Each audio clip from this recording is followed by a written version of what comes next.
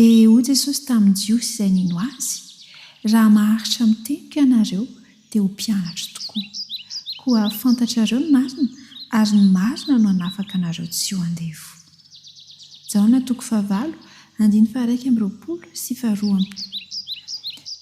Ao anatin'ny Baiboly no manambara amintsika ny feon'Andriamanitra. Ny afatra rehetra tian'Andriamanitra ho ampitaina amin'ny taranak'olombelona rehetra mifandimby dia efa voarakitra ao anatin'ny Baiboly. Efa voasoratra ao. Ao avokoa ireo tsipirian-javatra rehetrarehetra izay mety hitranga amin'ny fiainantsika. Ilayntsika izany mamaky ny tenin'Andriamanitra. Ekena fa misy ao amin'ny soratra masina manao hoe amin'ny andro farany ahita fahitana ny lahy antitra, ny nofo ny zanakareo lahy, ny nofo ny zanakareo vavy. Fa amin'aniny izany fa ny taridalana rehetra hitarika antsika ho any amin'ny famonjena efa voasoratra ao anatin'ny Baiboly.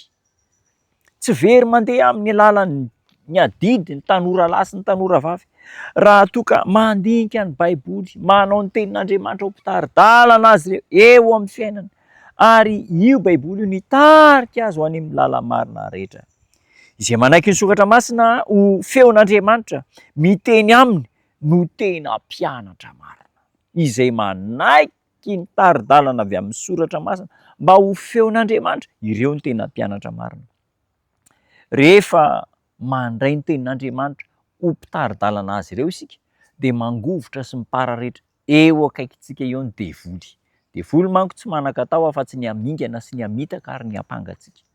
Ary indraindray dia ohatran'ny hoe hamarinina ny lainga, hamarinina ny tsy fihetezana, satria efa manjaka loatra eo amin'ny fontsika ny asan'ny devoly, na dia hatrany amin'ny sehatra ary raha-mpivavahana aza. Hitombo fahalalana sy fahaiza-manavaka ireo olona izay mianatra ny Baiboly isan'andro. Ho takatry ny sain'izy ireo ny lohahevitram-polo ka hifikitra eo amin'ilay fahamarinana mandrakizay izy ireo. Antony tsara no hanosika azy hiasa, ary dia izao ampiasa ny talentany amin'ny fanompoana an'Andriamanitra sy fikarakarana ny ankonany ireo olona ireo.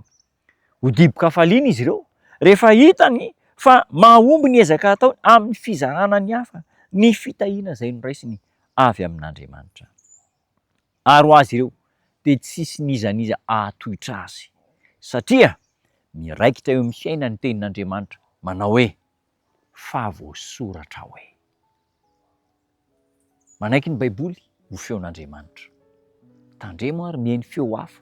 Amin'izao fotoana izao manko misy toe-javatra hafahafa mitranga. Nahita an'Andriamanitra hony, nahita an' Jesosy hony dia niteny hony hoe tsia, tsy marina, ny Baiboly ihany mirakitra ny feon'Andriamanitra. Efa voasoratra ao avokoa ny zavatra rehetra.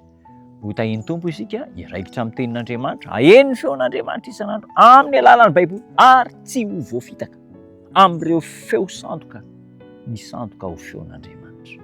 Dia ariaraka hivavaka isika. Tombon-tsara ny an-danitra misaotra anao izahay.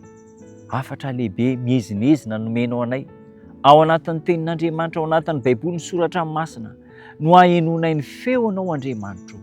Omeo hery hahafantatra ny feonao, hiaino ny feonao, ary hampiatra ny feonao. Hamasino amin'ny alalan'ny teninao ny fiainanay. Amin'ny anaranao Jesosy Tompo. Amen.